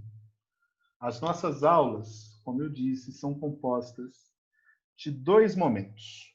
Um, que a gente fala de gramática, e um outro que a gente fala de literatura. Por que a gente fala de literatura? Porque conhecer quem está escrevendo o texto ajuda muito na hora de fazer resumo, na hora de fazer tradução, na hora de entender aquele processo. Eu acho uma falha a gente não tratar tanto de literatura espanhola, como hispano-americana, como a gente trata no Brasil. E tem uma outra coisa. Para vocês lerem contos, por exemplo, é bom entender de quem você está falando. Às vezes você pega 100 anos de solidão, você fala, ok, que droga esse cara tomou, porque não é possível. Nada disso aqui faz sentido. Você pega Rayuela, que é um livro que você pode ler de 4 formas diferentes. Isso tudo faz parte de um contexto, de um conceito maior. Podemos seguir por mais 15 minutinhos, eu falo rapidinho do Mário Vargas Llosa, ou enough is enough para vocês? Podemos seguir? Beleza, vamos lá então. Senhoras e senhores, os apresento o gloriosíssimo Mário Vargas Llosa, o único prêmio Nobel da língua hispânica vivo ainda. O Vargas Llosa, ele é um dos representantes de um movimento chamado o Boom latino-americano. Esse movimento, nascido na década de 60, levou para o mundo literatura latino-americana, que era uma coisa que não consumíamos. Se consumia, sim, poemas latino-americanos. Antes do Vargas Llosa, nós temos 3 Nobel. Nós temos a senhora Gabriela Mistral, do Chile. Nós temos o senhor Pablo Neruda, também do Chile. E nós temos... Ai, meu Deus, eu nunca lembro o sobrenome desse homem. É um guatemalteco. Me sumiu o nome. Mas todos eles poetas. Quando nós temos o boom latino-americano, que nasce numa junção entre escritores muito talentosos e uma agente de escritores muito determinada, a gente consegue levar um tipo de literatura nossa para o exterior. Mas, Thiago, antes disso, a gente produziu 1 milhão de coisas. O Brasil tinha vários movimentos, tal, etc. Como é que você vai falar? Que, 22, pelo amor de Deus. Machado de Assis, pelo amor de Deus. O Brasil é uma ilha cercada por espanhol de todos os lados e que não dá muita importância para o que acontece de todos os lados. E é um país onde a literatura é profundamente mais complexa, se você for analisar país por país da América Latina. Né? A gente tem, se você somar toda a população da América do Sul, talvez chegue à metade da nossa população. E, por óbvio, nós temos a influência de uma escola absoluta, que é a portuguesa, e os latino-americanos, eles têm uma influência da literatura espanhola, mas principalmente da literatura francesa. Então, os romances que daqui saíam em língua espanhola, aconteciam em Paris, aconteciam em Londres. Os personagens eram sempre crioulos, ou seja, filhos de espanhóis, abandonados no negrego deste além-mar. E eram histórias que, é mais ou menos, sei lá, Iracema, sabe? Que uma pessoa no calor do Ceará vai aparecer de fraque para encontrar uma índia numa cachoeira coberta de arara, sabe? Não aconteceu, né? Mas é aquela coisa... E isso era muito marcante para esse trabalho. O Vargas Llosa tem uma história muito curiosa de vida. E para entender um pouco da obra dele, é necessário entender a vida do Vargas Llosa. Ele nasce no Peru, numa cidade chamada Piura. A mãe dele morre muito cedo. E o pai era do serviço diplomático peruano. Isso é uma característica comum também aos prêmios Nobel no nosso continente. O Neruda foi diplomata, a Mistral era diplomata. E ele vai morar num colégio interno em Cochabamba. Isso com 6 anos. Quando ele tem 12 anos, o pai busca ele nesse colégio interno e leva ele para Lima. O pai não era exatamente a pessoa mais afável do mundo. E não gostava nem um pouco, pai diplomata, hein, que o filho se metesse com literatura e letras, porque isso era coisa de donzela. Um filho de um diplomata peruano não poderia mexer com essas coisas. A partir daí, o pai aplica o pacote 100% cidadão de bem do menino Vargas Llosa. Dá algumas surras no menino e o interna numa academia militar para que ele conclua os seus estudos. Neste colégio, ele escreve um livro que é mais ou menos uma ideia de um Ateneu peruano, que ele vai chamar de La Ciudad y los Perros. Ele vai contar nesse livro as histórias que ele viveu ali. É um livro sobre um menino peruano que mora num colégio interno depois de brigar com o pai durante uma ditadura, mas não é uma autobiografia. Tá? E ele conta das violências que ele sofria, tal, etc. É um livro muito bom. E é um livro que traz uma característica fundamental.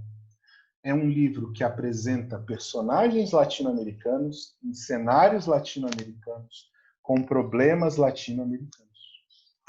E é um livro que vai trazer a característica básica do boom latino-americano, que é a narrativa não linear. Narrativa não linear é aquilo, um filme do Tarantino. Você não sabe bem quando começa, você não sabe bem se você está vendo o fim, se é o meio, quem é aquela pessoa que não apareceu e agora apareceu e ela é importante. Não existe uma sequência lógica de tempo. O tempo, ele corresponde ao fluxo mental do seu narrador. O narrador apresenta uma característica básica. Ele é onipresente. Ele é onisciente. Existe muita influência das narrativas e dos fluxos psicológicos do Joyce e do Faulkner. O Faulkner é o grande ídolo dessa geração.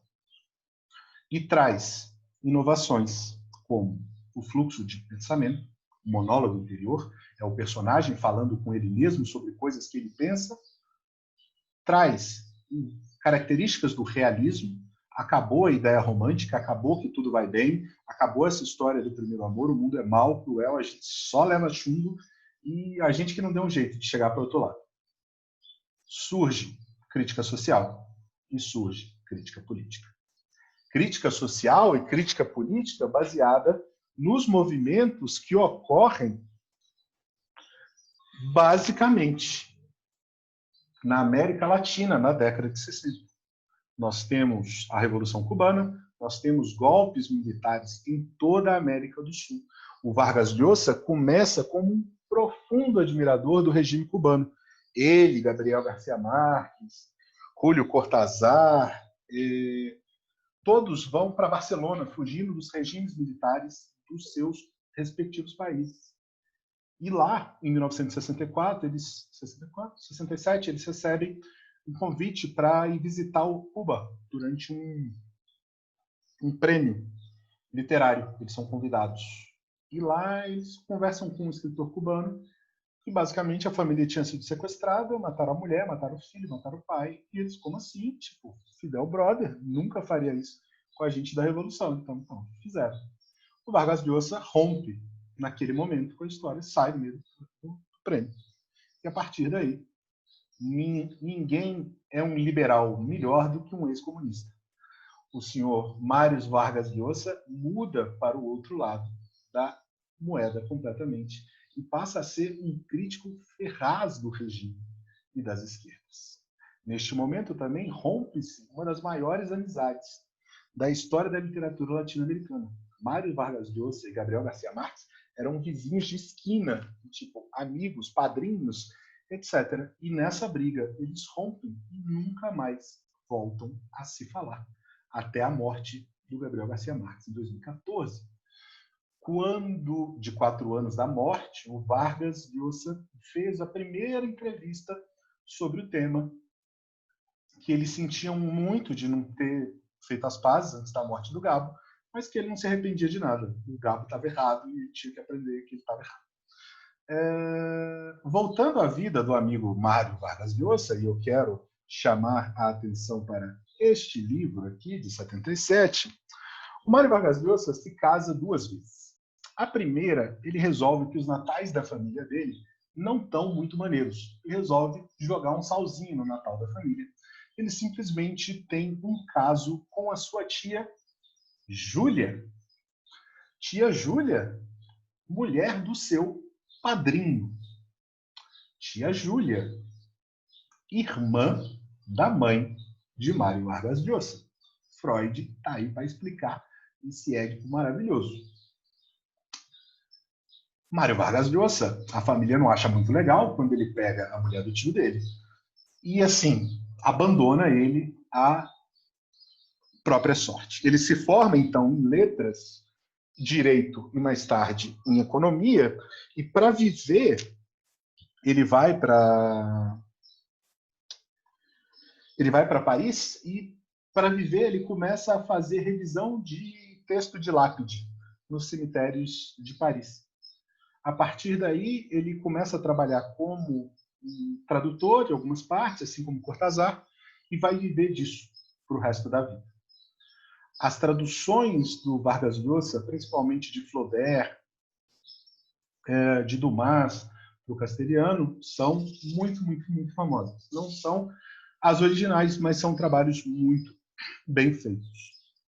Depois de Tia Júlia e Escrevinhador, ele escreve A Guerra do Fim do Mundo, que é um livro sobre os sertões do Euclides da Cunha. Se eu puder recomendar um livro do Vargas Llosa para vocês, é esse. É um livro-reportagem sobre a reportagem do Euclides da Cunha, nos sertões. É muito, muito, muito, muito bom. Mas lembra que eu falei para vocês que o Mário Vargas Llosa, ele curte casar, né? Ele curte dar esse negócio com a família.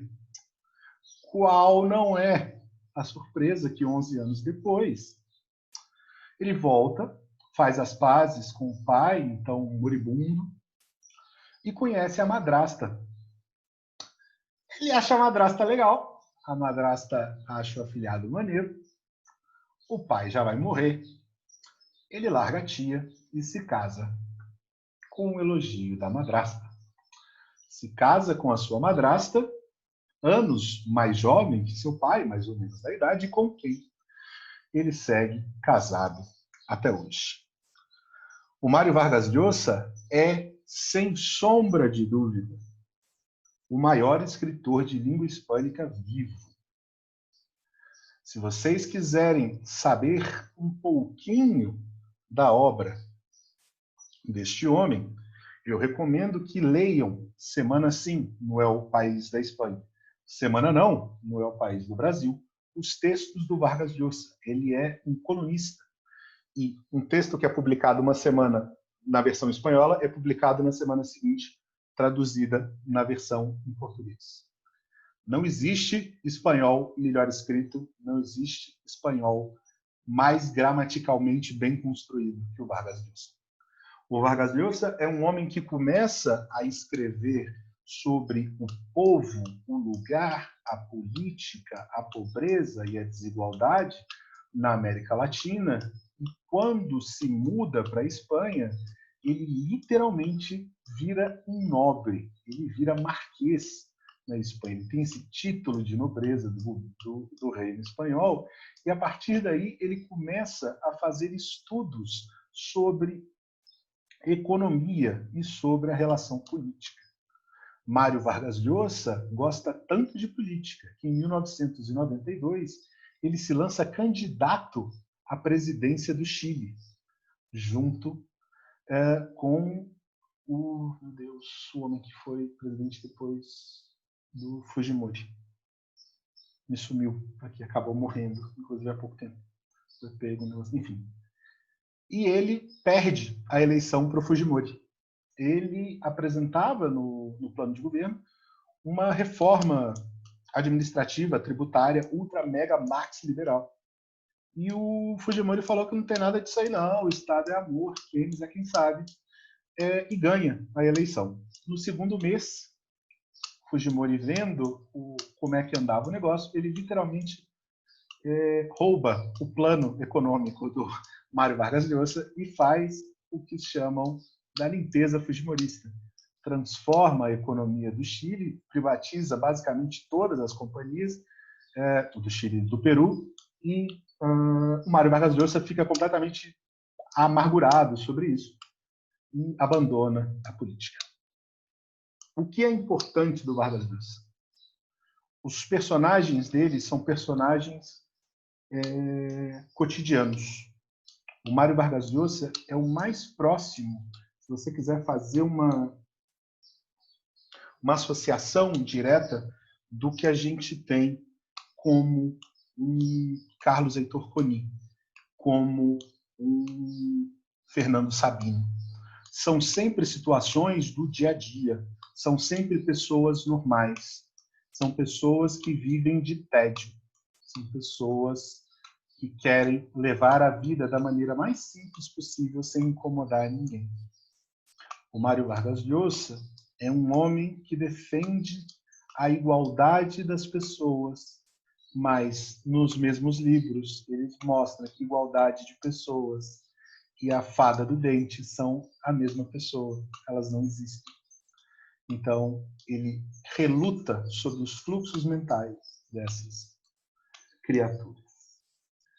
La Ciudad y los Perros e Rayuela, do Sr. Julio Cortázar, são os livros que abrem o boom latino-americano.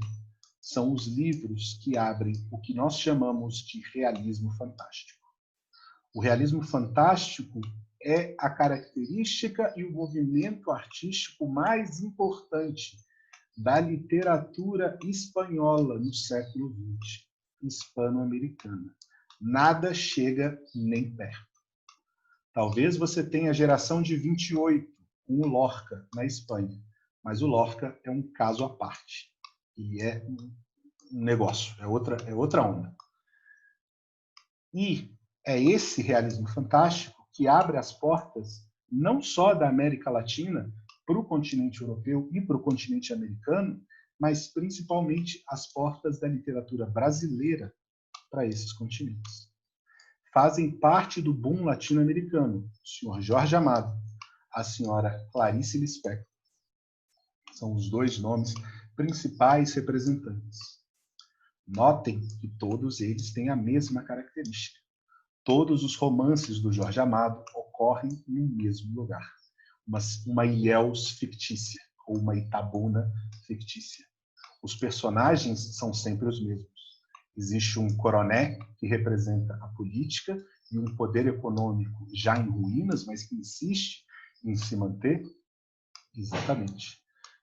Existe um personagem que é um anti-herói, normalmente representado por um menino de rua ou por uma pessoa preta.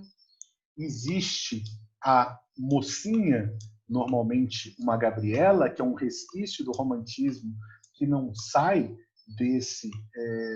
desses movimentos, mas são sempre mulheres hipersexualizadas.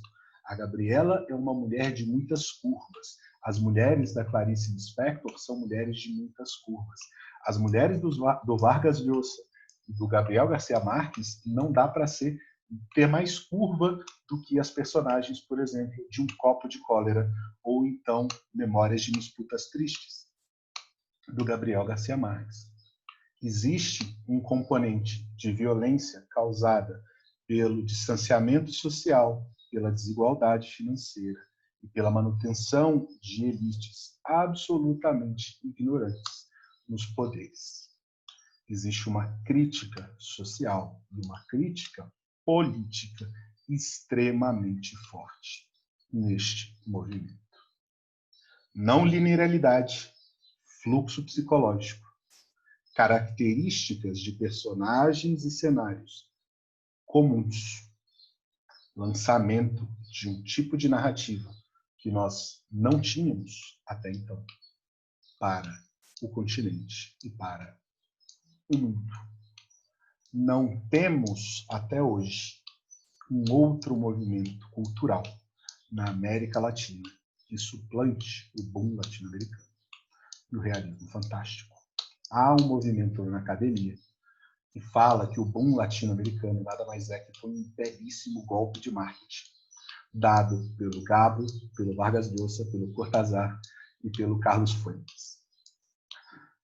Tem um documentário sobre isso muito bacana, posso até passar para vocês, são 4 capítulos de meia hora, é divertido e tem legenda,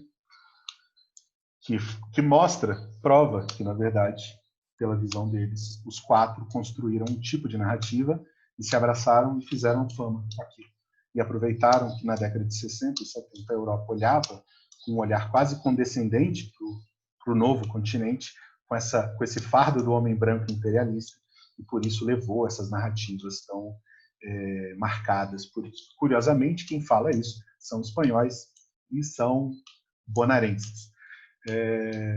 Eu acho isso uma bela de uma conversa para boi dormir. É mais ou menos você falar que Cidade de Deus é um filme que não mostra o Brasil porque só mostra pobreza e desigualdade. Ou então que Bacurau é um filme que não tem conexão nenhuma com a realidade que a gente vive hoje em dia. Queridos, com isso, após 2 horinhas, o slide, tudo vai ser disponibilizado, gente. Tudo vai estar no Drive.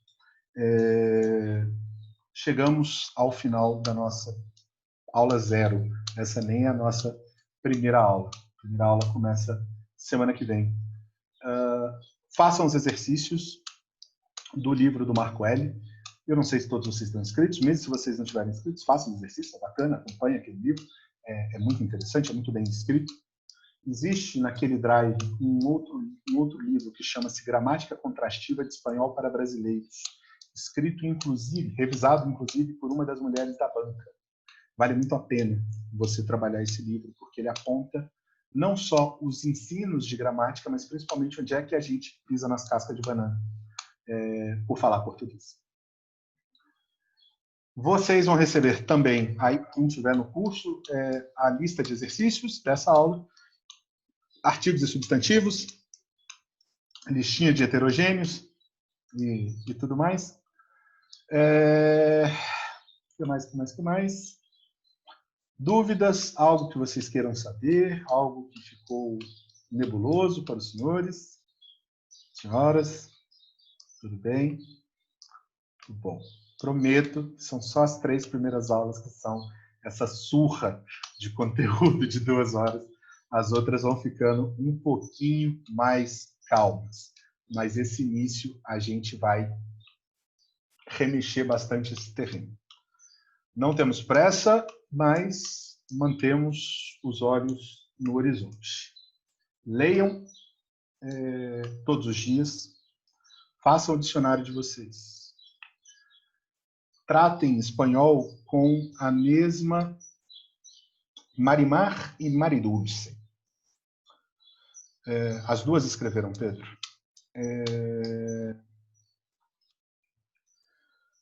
Não existe matéria melhor ou pior no CACD.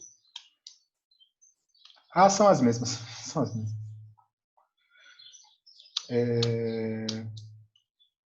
Mas existem matérias que dão mais pontos que as outras. O espanhol é uma delas. Foquem nisso. Estudem, trabalhem. Garanto com vocês, daqui 8 de maio do ano que vem, garanto para vocês que vocês vão estar tirando acima de 40, valendo 50 em exercícios dessa prova. Eu sou responsável por 30%. 70% é com vossas senhorias. Lendo, escrevendo, fazendo exercício. Combinado? Beleza, gente. Valeu, foi um prazer conhecer todos vocês. Obrigada. A Késia, que ganhou o concurso também, prazer, a gente não te viu, mas parabéns, seja bem-vinda ao processo. Eu não sei o nome da outra vencedora, na verdade, que é... Oi? Sou eu. Oi, Mayara, que bom. Parabéns para você também. Obrigada. Espero que vocês curtam aí o curso. Fazendo um pequeno jabá do glorioso Forcex, hoje nós temos... Hoje nós vamos ter ainda aula de português e vamos ter a primeira aula do curso de TPS do Rômulo, de História das Ideias, que é basicamente um curso de História das Artes. Vale a pena, é bem legal. E semana que vem tem estreia do curso de PI, de Economia e de Inglês também vai ter um de TPS. Façam, quem tiver interesse, quem puder. E de português. E português. Tanto discursivas como teórico. Como teórico. Os valores vão de R$80 como esse curso até 130, 140 no máximo. Se vocês quiserem fazer mais que um, a gente dá um jeito. A gente negocia bem por isso. O importante é vocês estudando e vocês passando. Beleza? Forte abraço. Cruz de cruz.